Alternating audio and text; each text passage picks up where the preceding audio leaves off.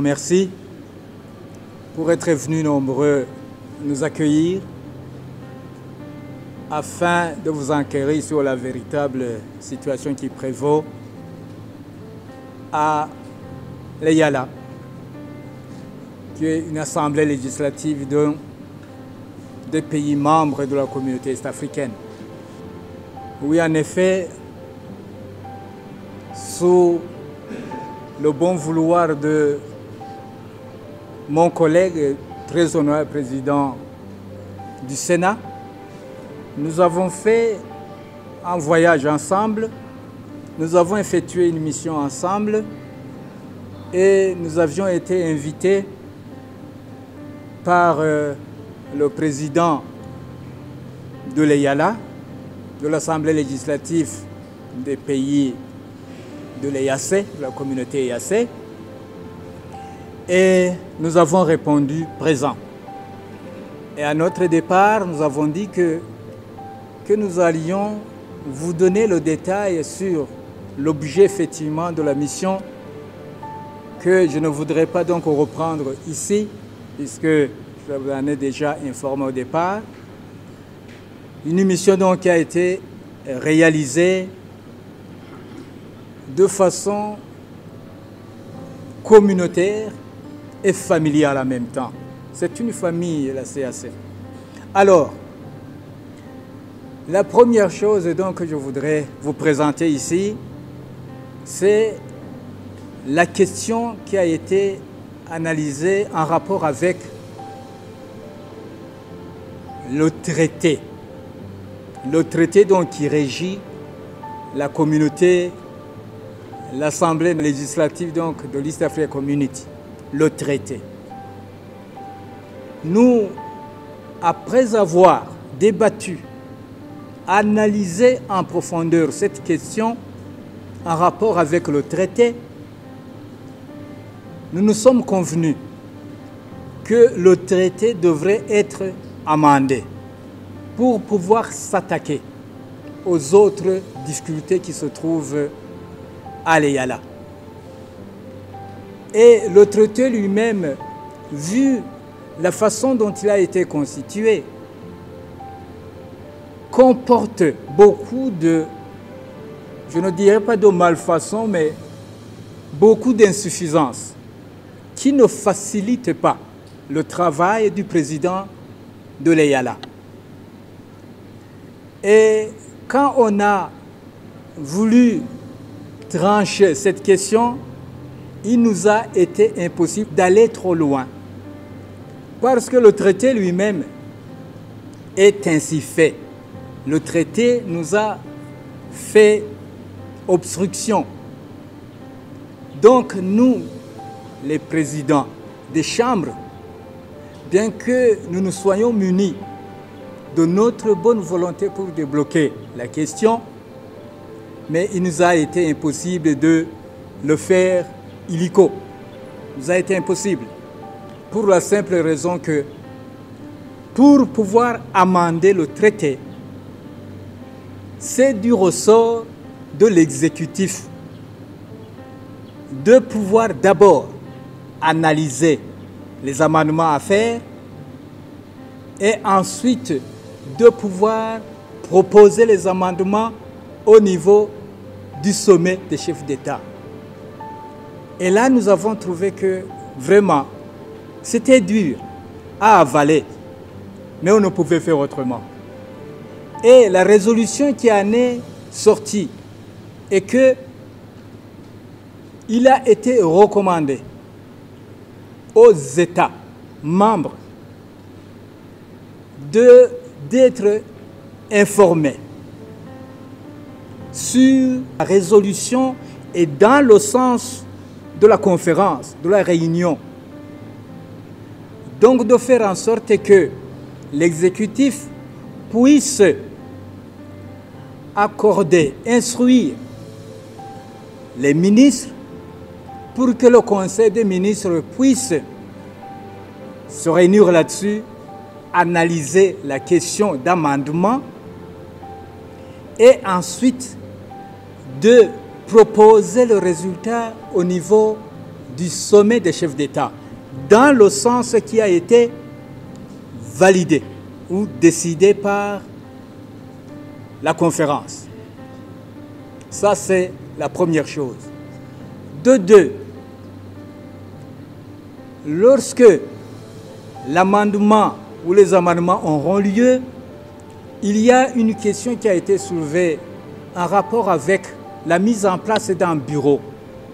Un bureau qui allait être un bureau des présidents des assemblées nationales, des présidents des Sénats. Mais ce bureau, il nous a été impossible de pouvoir le constituer, le mettre en place, parce qu'il faut l'amendement d'abord du traité. Ça, nous avons dit, on ne peut faire autrement. Mais il y a une résolution, comme je l'ai dit, une résolution qui dit que les résolutions seront envoyées aux États et les États donc pourront faire passer ces résolutions au niveau des ministres qui vont se réunir techniquement pour voir comment le sommet des chefs d'État pourra se servir des données récoltées, des résultats récoltés pour décider définitivement. Il y a eu aussi une question qui découle du bureau des présidents des chambres au niveau de chaque État membre. Et la question était que le bureau doit être pourvu d'un secrétariat général de l'EIALA, donc de l'Assemblée législative de la communauté est-africaine. Ça, je ne veux pas en dire trop, mais s'il peut y avoir un secrétariat général de l'EIALA, il va nous permettre, ce secrétariat va nous permettre de faire un lien, de faire une relation directe entre l'EIALA et les parlements nationaux. Pour le moment, comme je suis en train de le dire, il n'y a pas de texte légal qui nous permet de bien travailler, d'échanger des rapports ou des instructions entre l'EIALA et les parlements nationaux. Vous comprenez que c'est un grand problème. Et si nous, les parlements nationaux, c'est nous qui envoyons, c'est nous qui élisons au niveau de l'East African, au niveau de la communauté du Parlement ou de l'Assemblée de l'East African, c'est nous qui envoyons les membres. Mais voilà qu'aujourd'hui, nous venons de faire une réunion, de passer à une grande réunion où il y avait presque tous les pays étaient représentés, sauf la RDC. Mais nous, les présidents des chambres, nous sommes présentés. Mais voilà qu'une question est soulevée. Et on nous fait marche arrière. On dit que non, vous, les présidents des chambres, vous ne pouvez pas décider. Mais il faut que ça retourne au niveau, ici je le dis, parce que les membres de l'exécutif pourront bien saisir la difficulté pour la corriger. Donc que nous nous soyons présentés au niveau de la grande réunion, mais que nous n'ayons pas pu amender le traité, que nous n'ayons pas pu mettre en place le bureau, que nous n'ayons pas pu mettre ce secrétariat joint de l'EIALA. Vous voyez que c'est un problème. Donc de là, il y a d'autres difficultés qui en découlent. L'autre question qui a été étudiée, c'est la question des finances. La question des finances, oui, chaque pays doit cotiser, doit contribuer au fonctionnement donc, de l'Assemblée de l'East African. Mais nous avons découvert que le Burundi a beaucoup d'arriérés.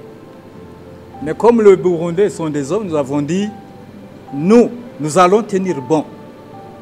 Nous promettons que progressivement, nous allons Nous allons donc nous acquitter de nos arriérés jusqu'à l'épuisement. Donc, autrement dit, un engagement que nous avons pris. Et il est sorti une résolution qui dit que chaque pays doit faire ses efforts pour effectivement contribuer comme il faut selon les quotas qui ont été attribués pour que la communauté puisse bien évoluer. Tout le monde donc a promis, s'est engagé. Voilà pour ce qui est des finances. Mais, parlant toujours des finances, il y a eu quelques difficultés entre l'exécutif, le côté du secrétariat général de l'EAC. Ça, c'est l'exécutif. Il y a eu quelques incompréhensions avec donc les YALA, mais ces amendements, une fois faits, une fois effectués, seront levés ces équivoques. Et la conférence donc l'a décidé ainsi. Il y a une autre question qui est en suspens jusqu'à aujourd'hui, c'est la langue, l'usage de la langue française.